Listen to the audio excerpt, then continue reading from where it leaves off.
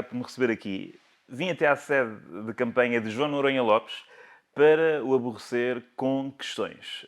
João, pense nisto como uma espécie de questionário de verão, como aqueles de Proust que aparecem nos jornais nesta altura do ano, mas mais irritante da minha parte. E espero que dê para as pessoas conhecerem um pouco melhor. O João trabalhou no estrangeiro, por exemplo, em França, e eu pergunto-lhe qual das transferências para Paris que, apesar de resultarem no melhor ordenado, afastaram um grande benfiquista chamado João do Estádio da Luz, é que custou mais à sua família? A sua ou a do João Neves? Bom dia. Eu acho que a minha transferência para Paris foi uma transferência, apesar de tudo, mais pacífica. Nós chegámos a Paris no dia 15 de agosto, era um dia em que estava tudo fechado em França, é feriado como cá. Mercado de transferências. Exato. E nessa altura, quando chegámos lá à casa, no primeiro ano, tinha havido uma fuga de gás e, portanto, tudo não funcionava. Não podíamos cozinhar, não podíamos tomar banho. Mas havia uma coisa que funcionava, que era a Sport TV, que eu tinha instalado com um amigo meu português lá. E, portanto, eu lembro-me que isso ajudou-nos bastante a ultrapassar o choque da chegada, porque conseguimos ver o Benfica. Nada funcionava, mas o Benfica estava a funcionar e ganhou. E, portanto, isto amenizou bastante a nossa transferência. Quanto ao João Neves, gostou-nos muito. Eu acho que o João Neves poderia ter ficado mais tempo. É um dos melhores médios do mundo, um grande benfiquista, alguém que transporta a nossa identidade, a nossa garra, a nossa mística. Desejo-lhe o melhor do mundo e espero que ele volte um dia ao Benfica para ser campeão. O João, quando estava em França, obviamente já celebrou campeonatos aqui no Marquês e quando esteve em França já celebrou campeonatos nos Campos Elíseos. E eu pergunto, qual é a melhor experiência? Festejar um campeonato do Benfica nas imediações do Eliseu, o Palácio Presidencial francês, ou nas imediações do Eliseu, o antigo lateral esquerdo nascido em Angra do Heroísmo? A Vespa do Eliseu é mítica, não é? Eu acho que não há em Paris Vespa igual. Não há celebração como aquela no balneário, não é? Mas eu vivi 2 campeonatos em que fomos campeões em Paris e aquilo era um momento extraordinário porque sem ninguém saber de nada enchia-se o Champs-Élysées com adeptos do Benfica a festejarem. Nós chamávamos chamávamos do Marquis de Pombal, porque aquilo transformava-se num pequeno marquês de Pombal, com muitas centenas de benfiquistas a festejarem. Os franceses ficavam atónitos, diziam, mas o que é que se passa aqui hoje, a um domingo à noite? Mas é mais um sinal da grandeza do Benfica, que há sempre benfiquistas a festejarem em todo lado. E quando se está longe, o Benfica sofre-se de uma maneira diferente e, portanto, os festejos também refletiram muito isso. A grande paixão, a grande saudade do Benfica e um momento de grande união de muitos imigrantes em Paris. João, não é incoerente o João candidatar-se ao cargo de presidente, tendo em conta que em criança apoiava a monarquia? Pelo menos eu li que foi muito importante para si a primeira vez que foi à Luz e viu o rei.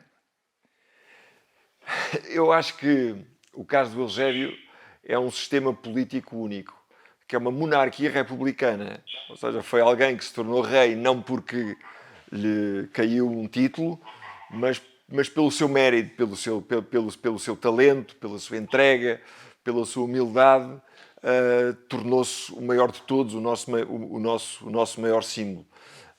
E, portanto, acho que é um sistema único no mundo, tal como o Eusébio é único para nós benfiquistas. Eu acho que não há lugar para outras monarquias no Benfica, principalmente de alguém que acha que tem o direito divino de nomear um sucessor, de alguém que se acha maior do que o clube. O Benfica é um clube dos sócios, é um clube de todos nós. Democrático antes da democracia. Democrático antes da democracia existir. É por isso que eu tenho lutado sempre. Lutei com o Manuel Vilarinho quando o clube estava em risco de deixar de pertencer aos sócios e vou continuar sempre a lutar por isso. Não basta ser dos sócios, mas é importante que os sócios tenham uma voz ativa no clube e é importante que o presidente se aproxime cada vez mais dos sócios e os ouça. Não é dizer que os ouve, é ouvi-los realmente e prestar atenção àquilo que são os seus anseios, as suas preocupações e aquilo que eles podem contribuir em muito para o clube e podem. João, no fim da carreira de Eusébio jogou nos Estados Unidos, isto no final dos anos 70.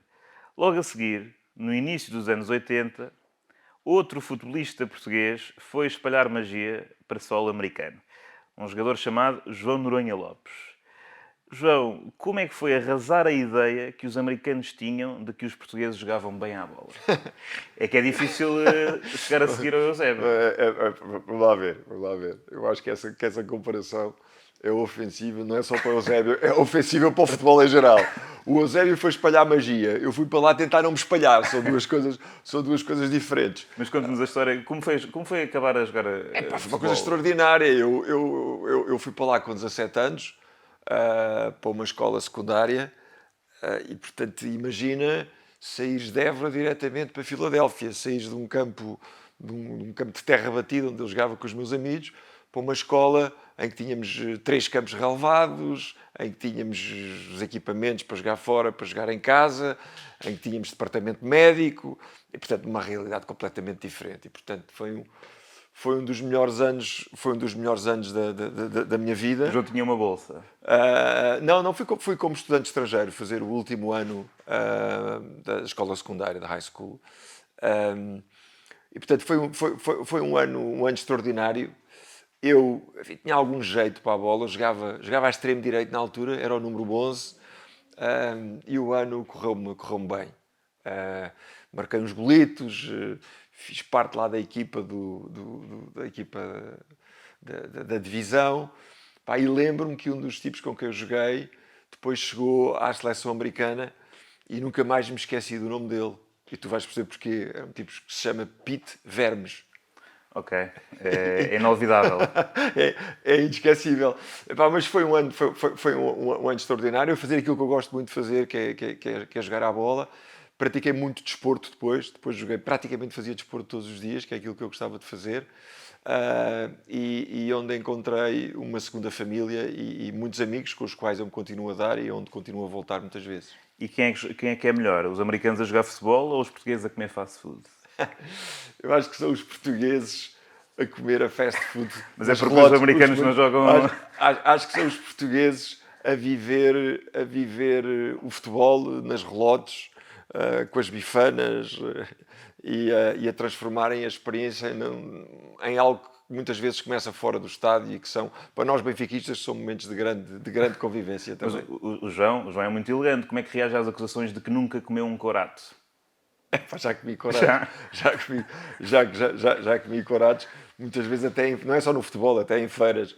Já comi coratos, mas gosto mais de bifanas. Sim. Aguenta-se mais, né? O corato só dá para comer um. O João fez 3 rupturas de ligamentos a jogar futebol.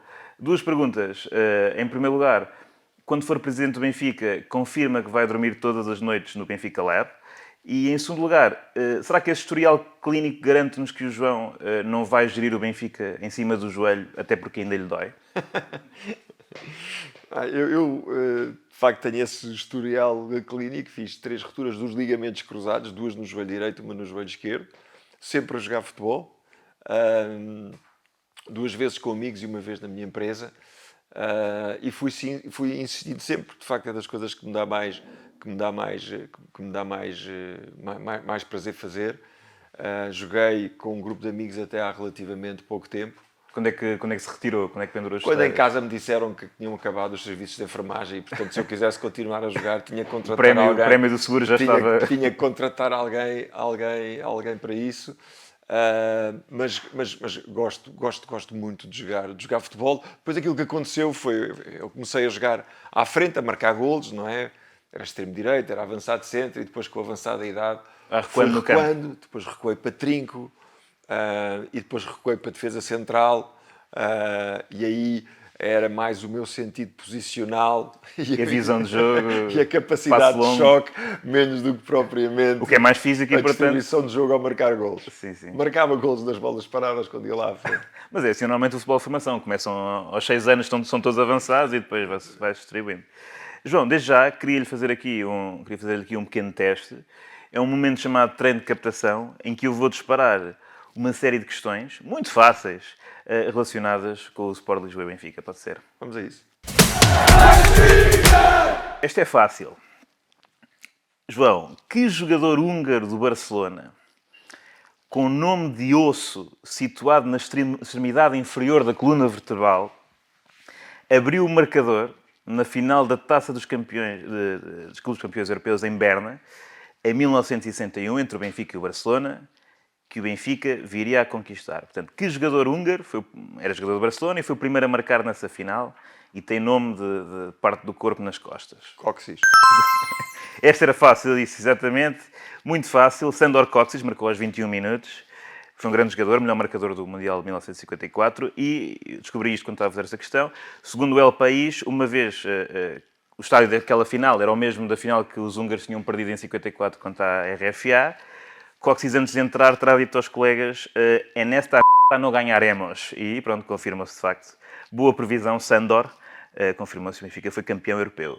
Esta também eu diria que é fácil. O Benfica tem de ser um clube que remunera justamente os feitos dos seus atletas e, tirando casos raros, os jogadores saem do Benfica com mais riqueza do que aquela que tinham antes. Qual foi o jogador que, após marcar um golo que deu a vitória ao Benfica num derby, ficou imediatamente com menos património? Vítor Batista. Ficou sem o brinco. Exatamente. Eu lembro-me desse jogo muito bem, eu estava lá. Daquela cena o jogo parou completamente, não é? Ele à procura do brinco, não é? E dos companheiros ajudarem a procurar 10 o minutos brinco. ali à procura do brinco. Ali durante algum tempo foi uma cena inesquecível. Um dos grandes talentos que passaram pelo Benfica e que fazem parte das memórias da minha juventude. Sim, sim. O Vítor Batista, a seguir, esclareceu a questão e lá está, pôs a questão no sentido da remuneração, porque disse o brinco custou 12 contos e penso que o prémio de jogo é 8. Em suma, perdi dinheiro a trabalhar.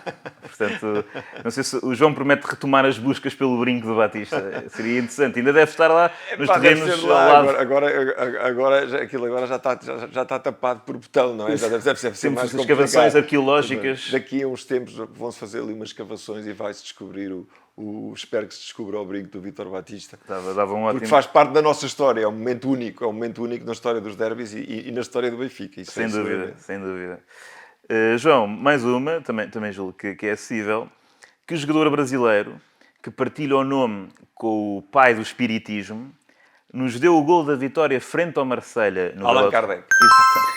Exatamente. Nem deixa terminar a pergunta, sempre na ponta da língua. Eu tenho esta coisa, que eu lembro-me, normalmente, nos momentos decisivos do Benfica, ou nos golos decisivos do Benfica, quando não estava no estádio, lembro-me exatamente onde é que estava. E esse gol do Kardec, eu lembro-me exatamente onde é que estava. Estava parado num semáforo em Lisboa e lembro-me, quando há o gol do Kardec, eu começo a festejar o gol do Kardec no carro e olho para o autocarro e estava malta dentro do autocarro a festejar também. Portanto, nunca mais me esqueci.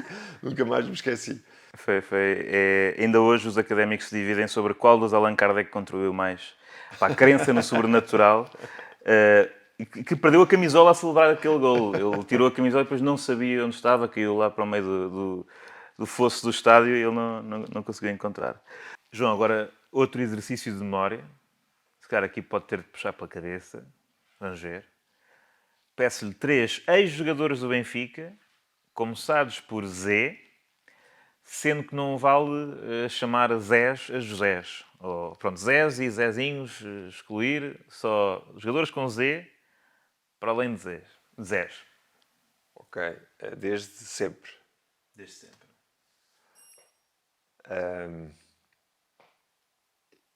Zivkovic. Com certeza. Zaovic. Valem nomes próprios? Por exemplo, Zoran Filipovic. Vou ter que falar com o departamento jurídico. Eu diria... Ele não era conhecido por Zoran? Não... Já sei, espera. Zlobin, sem dúvida, era conhecido por Zlobin. Muito bem. Estão aqui 3, Zaovic, Zivkovic, Zlobin. Eu tinha pensado em Zoro. Central. Zoro Costa Marfinense, julgo eu. Sim. E depois havia uma que eu acho que não dá, que é Zack Thornton. Zack Thornton, guarda-redes americano. Exato, que esteve... Mas aí estás a usar o nome próprio. Pois é. É como Zoran. Então, Pronto. portanto, É o Zoran Sr. também dava. Thornton. Ou seja, acertei em 4 e não em 3. Sim, sim, na verdade, exato. Pronto, Foi- então, Manel, estreou-se. rigor, É rigor, verdade, é pá, verdade. acertei em Só que 4. eu não sou profissional dos concursos. Por último, como era conhecido? Esta eu acho que esta é difícil. Acho que isto é nível A. Como era conhecido o jogador do Benfica, defesa central, que veio do Alverca, e cujo primeiro nome era Eurípedes. Eurípedes. Isto é nível complexo. É pelo Eurípides, não chego lá.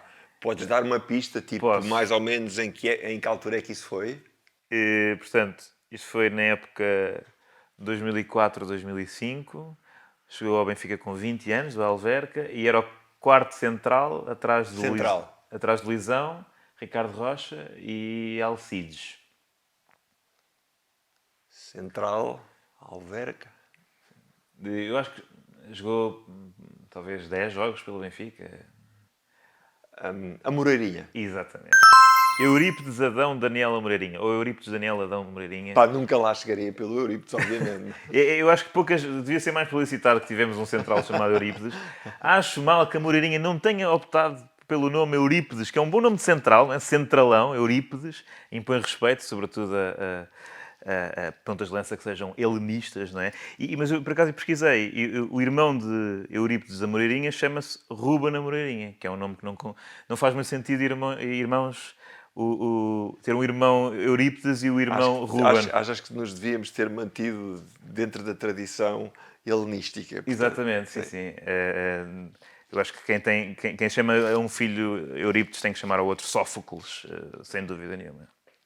Olha, a propósito disso, eu francamente, de nomes gregos, há um que eu gosto mais do que todo, que é Samaris. Sim. O de apelido, então, sim. É o nome preferido. Grande jogador, grande benfiquista, que transporta muita da nossa identidade. Ainda há pouco tempo ouvi uma entrevista dele e sente-se muito Benfica no Samaris. Sim. Muito bonito quando ele voltou aos Estádios da Luz com o Rio Ave e foi aplaudido. Saiu e foi aplaudido quando saiu. Exatamente, muito belo. Acho que correu muito bem. Eu julgo que são 5 em 5, né? Acho que eram 5 perguntas. 5 em 5. Passou muito bem no treino de captação. Vamos voltar a conversar. Então, o João é administrador numa empresa da Escandinávia. Do ponto de vista dos recursos humanos, isso não é contra a natura, porque habitualmente não são os escandinavos que contratam benfiquistas, é o Benfica que contrata escandinavos. Como é que se ultrapassou essa tradição? Eu sou administrador de uma empresa que trabalha nos 4 países escandinavos. E é extraordinário porque as pessoas pensam que aqueles países são países que têm... são quase a mesma coisa e de facto são muito diferentes. Não é? Eu comprei um livro quando tive esse convite chamado Living with Vikings, exatamente, que explica as diferenças dos suecos para os dinamarqueses, para os noruegueses e para os finlandeses, que são então os mais diferentes de todos. Portanto, por isso é que são países nórdicos e não escandinavos. É muito bom trabalhar. Eu gosto muito de trabalhar com a diversidade.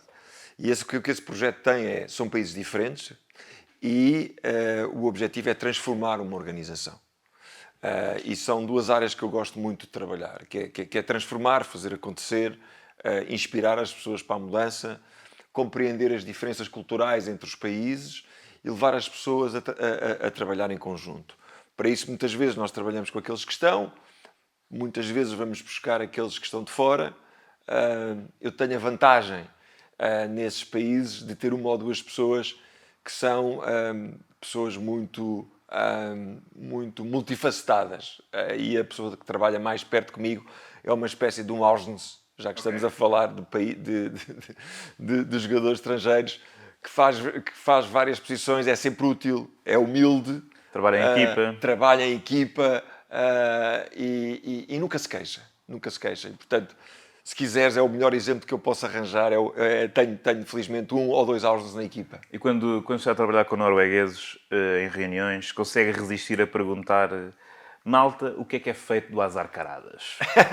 Eu várias vezes penso, onde é que estará? Que fará hoje em dia Azar Caradas? Nunca mais ouvir do Arcaradas. Eu prefiro falar com eles do Orsons do que do Caradas. Uma pergunta que eles depois me faziam, mas porquê é que ele desistiu da seleção? Não é? E eu disse-lhes, porque o Benfica é enorme. Vou-lhes dizer, vocês, com todo o respeito pela vossa seleção, mas o Benfica é muito maior e, portanto, eu acho que o Orsnes tomou a decisão certa para se concentrar onde pode ganhar. E, portanto, ainda bem que ele tomou essa decisão e que nos vai continuar a ser muito útil e a ajudar-nos a ganhar jogos. E o próprio Benfica já teria capacidade de fazer uma seleção escandinava com jogadores de várias gerações. João, na multinacional em que esteve, o João passou por um período de adaptação em que trabalhou em loja, fez fechos e aberturas, fez turnos no Colombo. O João é o que se chama um líder hands-on, não é? Mas não acha que, tendo em conta os piores momentos da história do Benfica, é perigoso termos um presidente que gosta de meter as mãos na massa?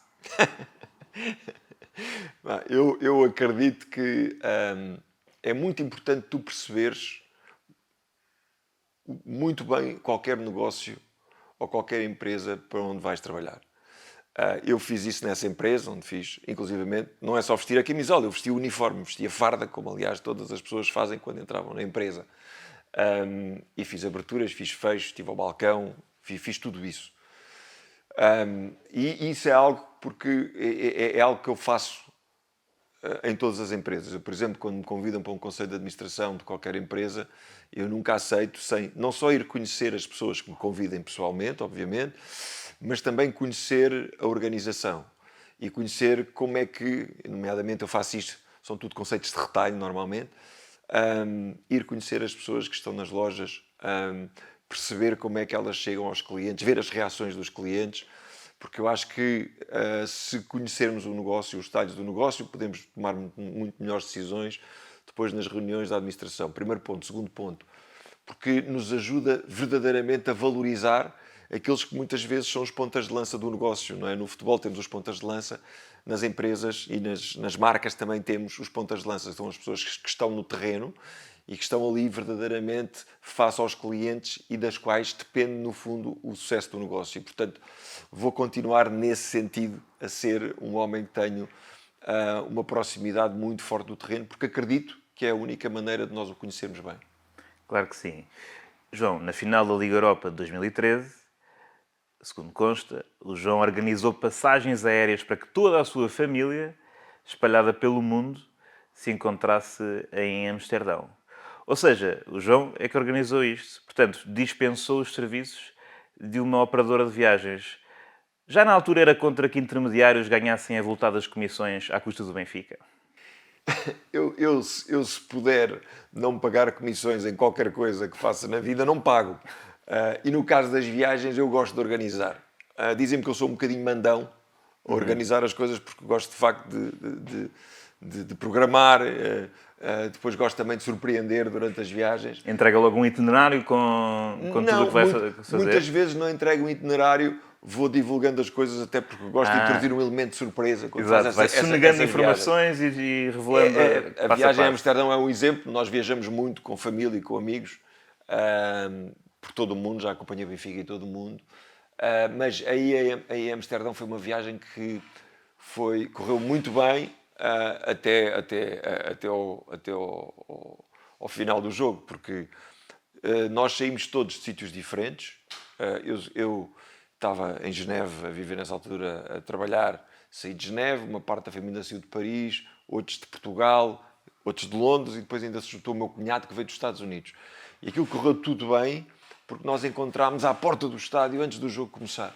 E, portanto, foi uma coisa que correu tudo bem, só não nos correu bem o resultado. Sim, isso não correu. Devíamos ter ganho, não ganhámos. Foi injusto. Mas também é um momento muito importante que nós vivemos em família, que é de vivemos o Benfica quando ganhamos, mas também vivemos o Benfica nas alturas que não são boas e, portanto, marcou-nos a todos, porque vivemos isso em família e o orgulho de ser do Benfica nessas alturas ainda é maior. E eu sentir isso da parte dos meus filhos, significa, olha, já lhe estou aqui a passar qualquer coisa de Exato. importante. Uma E boa lição. esse orgulho na derrota e gostar muito do Benfica na derrota é assim que eu vivo o Benfica e eu acho que já lhes passei isso a eles também.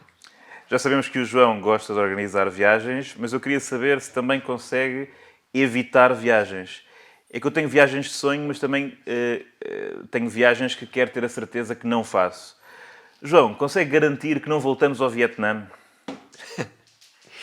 Eu ao Vietnã, país, gostava muito de ir.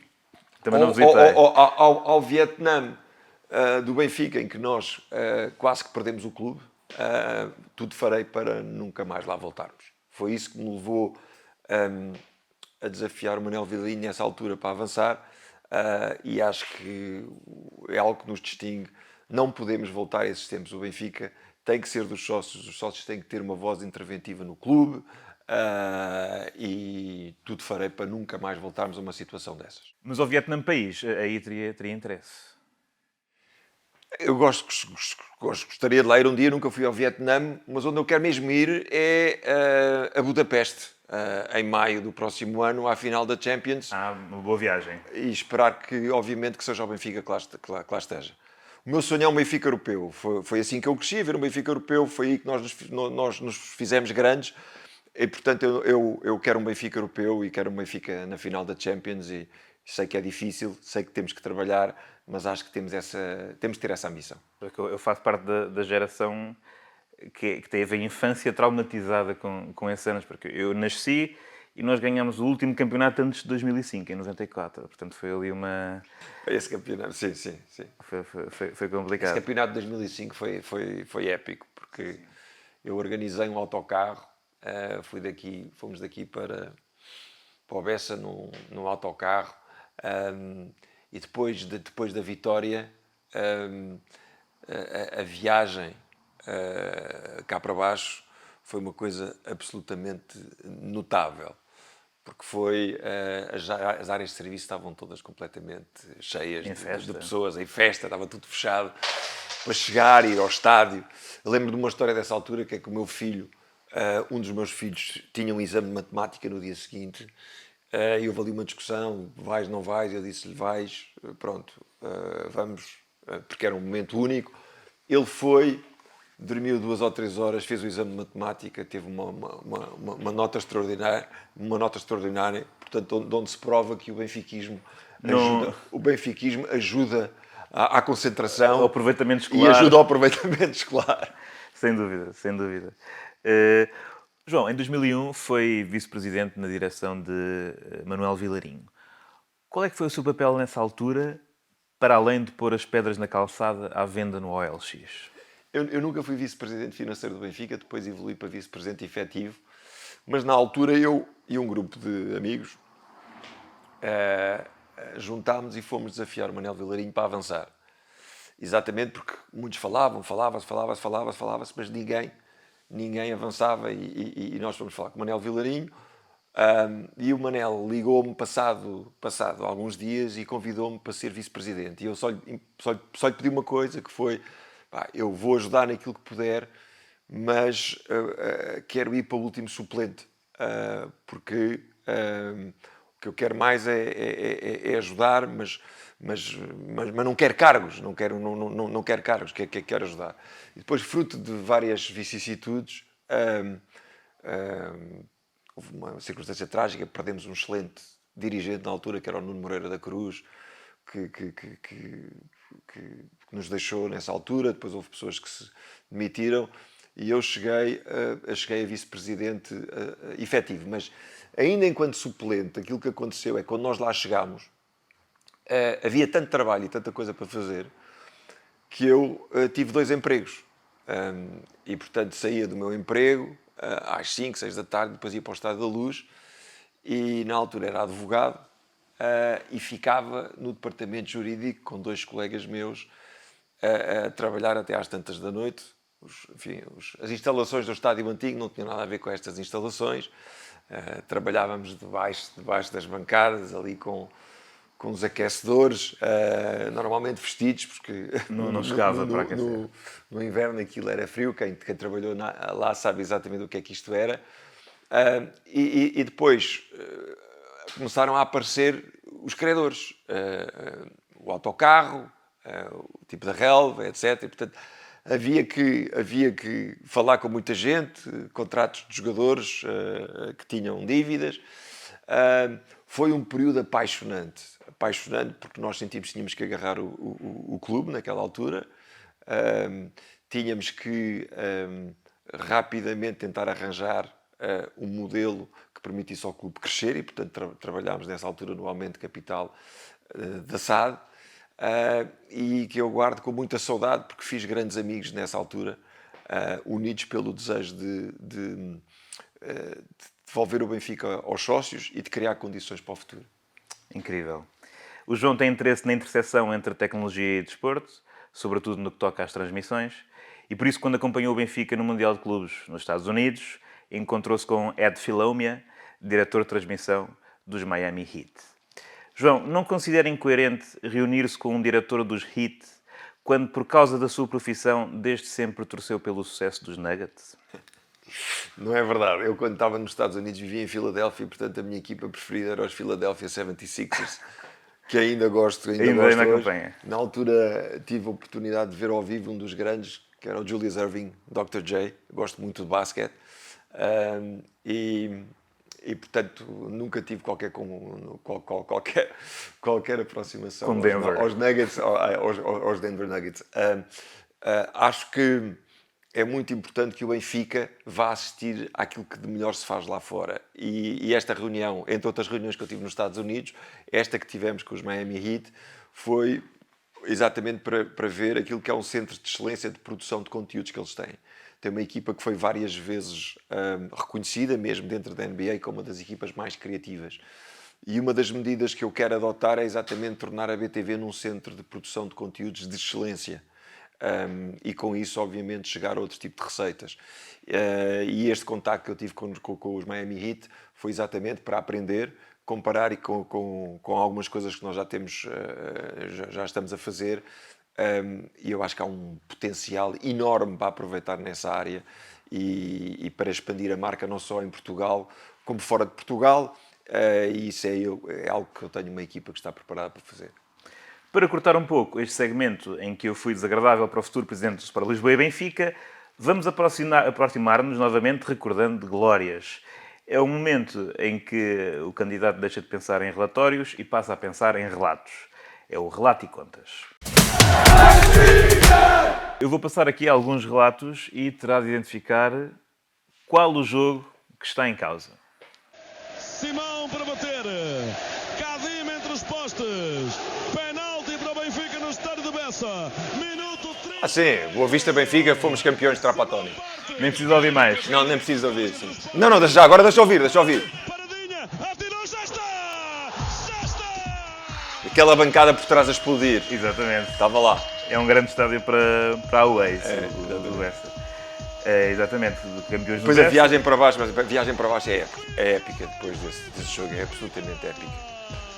Sim, extraordinário. Campeões no Porto. Marcámos o primeiro gol, depois o Boa Vista ainda empata antes do intervalo, que gelou ali, ainda ficámos ali na dúvida, mas precisávamos só de empatar e o Porto até acabou por empatar com um golo de Joiano na Académica. E lá está, essa é aquela época que eu me lembro de absolutamente foi tudo. Foi um sofrimento até ao fim, mas que valeu a pena já, porque foi o primeiro título depois de muitos anos e a viagem.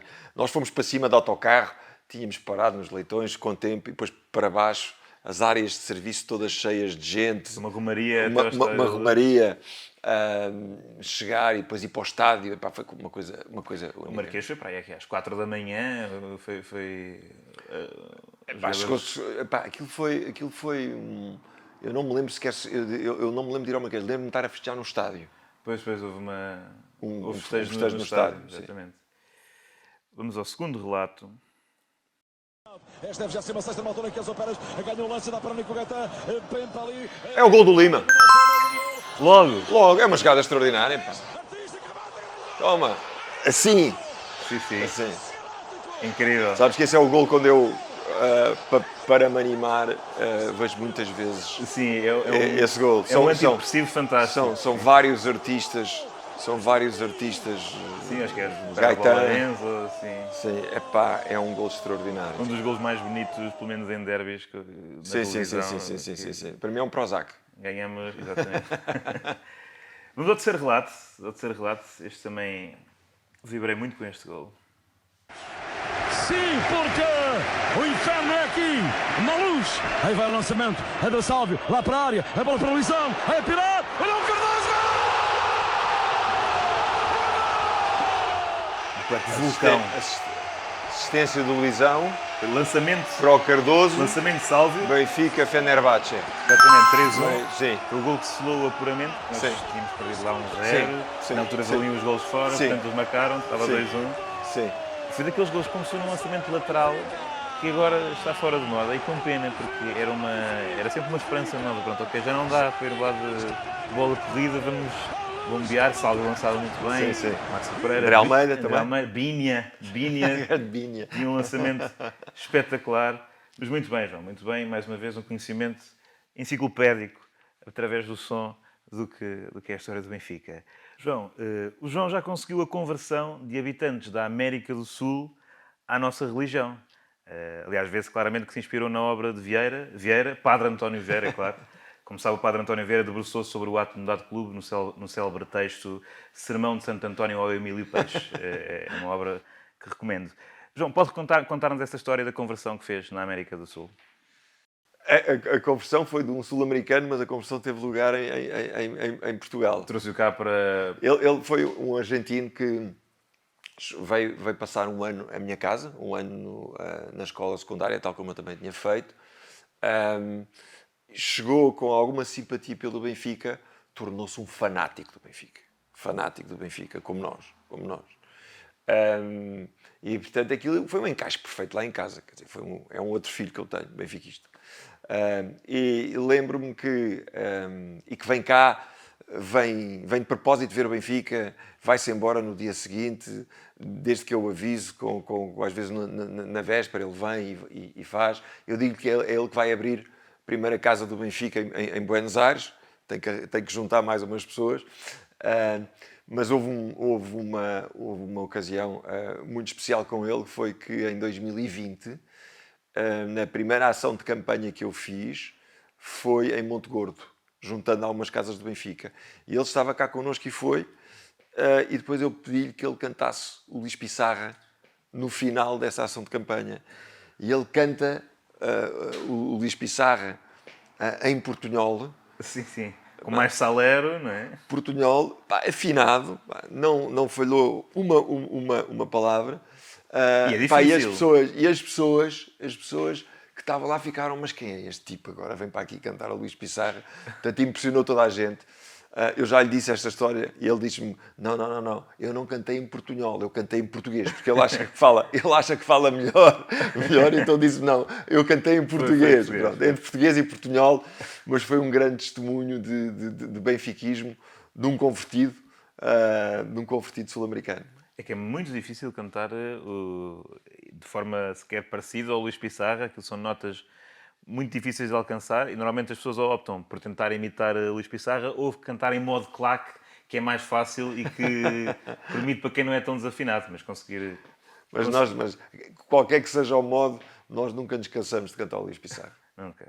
Por falar em espalhar benfiquismo, o João está em contacto com as ministras da Saúde e da Justiça para que se possa instalar uma loja do sócio em cada maternidade, ao lado do balcão Nascer Cidadão, ou mesmo em substituição do balcão Nascer Cidadão, que se pode tratar depois, para que os pais possam tratar desse registro com a celeridade que se exige? Vamos lá ver. Eu acho que a partir do momento em que um recém-nascido é identificado como sócio do Benfica, está tudo feito. Já não é preciso mais nenhum registro? Já não é preciso. Já tem tudo aquilo que precisa para ter uma vida feliz.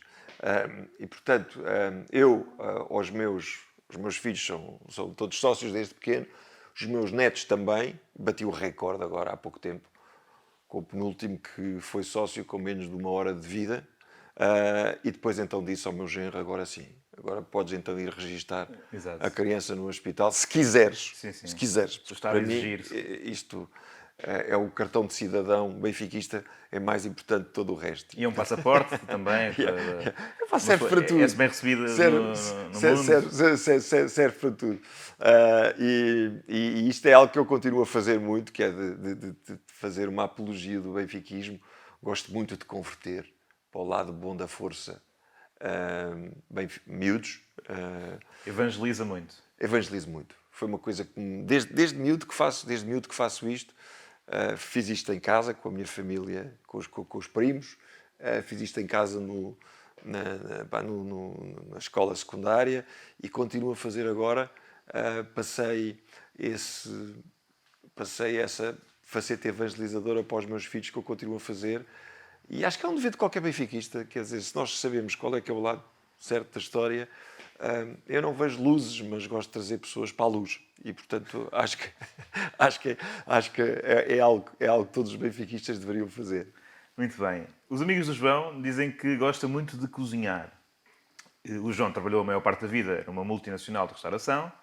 Já revelou também em entrevistas que quer aumentar a oferta de catering na envolvente do estádio.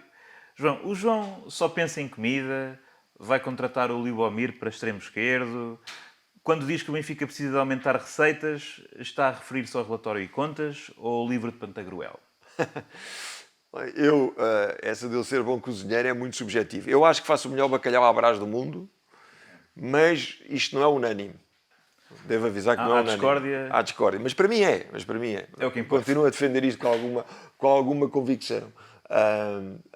Gosto muito de comer, obviamente, de juntar amigos à volta de uma mesa. E também li que evangeliza também em relação à restauração. Obriga amigos a ir a restaurantes que gosta muito, a fazer tours de degustação. Eu chego a fazer viagens para ir a um bom restaurante. E é algo que eu faço muitas vezes. E agora, em muitas das viagens, conseguimos organizar as viagens à volta de restaurantes que queremos ir. As duas condicionantes que eu tenho em viagens é restaurantes e Benfica. Exato. É uma excelente desculpa para viajar, são as melhores duas desculpas para viajar. E, portanto, o Benfica também me condiciona muito as viagens, mas isto faz parte de qualquer viagem. Já tive viagens em que tive que dar quase a volta ao bilhar grande para ir ver um jogo do Benfica, por exemplo. A última vez que estive em São Francisco, tínhamos que continuar a viagem para ir para LA e eu consegui convencer toda a gente a fazer um desvio até São José, onde havia uma casa do Benfica, para ver o jogo do Benfica. Depois chegámos lá, tirámos uma fotografia à frente da casa e quando vamos entrar a casa estava em obras. E o senhor que lá estava a fazer a obra diz: olha, se quiserem, vão ali ver o jogo à casa do Sporting. Eu disse: não diga uma coisa dessas. Mas a gente aqui somos todos amigos e todos se vê, e é verdade. No estrangeiro há benfiquistas nas casas do Sporting, nas casas do Benfica. Disse: não, arranja-me lá outro sítio. Acabámos por ir ver um café, jogo de má memória em que nós perdemos com o Porto, mas acontece muito. Andarmos à procura de um Sports Bar para ir ver o Benfica, ou então mudarmos muito o nosso calendário para ver o jogo do Benfica. Já falámos aqui de como celebrou vitórias. Queria perceber como é que lida com a derrota que acontece. Todos nós conhecemos o conceito de cabeção, né? Patologia que a ciência define como estado psicofisiológico transitório caracterizado por sensação de vazio mental, apatia emocional e desaceleração cognitiva, geralmente induzido por frustração desportiva intensa, maiormente com um empate ou derrota do Benfica. João, queria perguntar-lhe qual é o palavrão que o João vai repetindo ao longo de um dia que siga a um desaire. Assim, eu durante os jogos digo muita coisa, faço muitas referências. Muitas referências. Uns senhores que andam lá e tal, faço muitas referências, nunca aos jogadores do Benfica, mas faço muitas referências e vivo os jogos muito e intensamente. No dia seguinte, estou calado. É um silêncio sepulcral. É um silêncio. E fico irritado quando querem falar comigo, e ainda mais irritado quando não percebem porque é que eu estou calado. E, portanto, durante o jogo, sim, o jogo acaba, solto, enfim, solto uma exclamação final, depois do jogo, que não varia muito, que é sempre a mesma, mas depois o dia seguinte é um dia de silêncio. Exato, é de reclusão É um dia e reflexão. é um dia de reclusão. E nas grandes derrotas do Benfica, que eu me lembro, as duas finais europeias da Liga dos Campeões, foram dias de silêncio. E então uma delas foi um dia de hibernação total. E depois saí da minha hibernação ao fim de 24 horas e recomecei a pouco e pouco a viver a minha vida normal. Sim, demora um bocadinho, mas no fim de semana a seguir já... Sim. O ânimo E já depois está assim começamos a pensar já na época seguinte, né?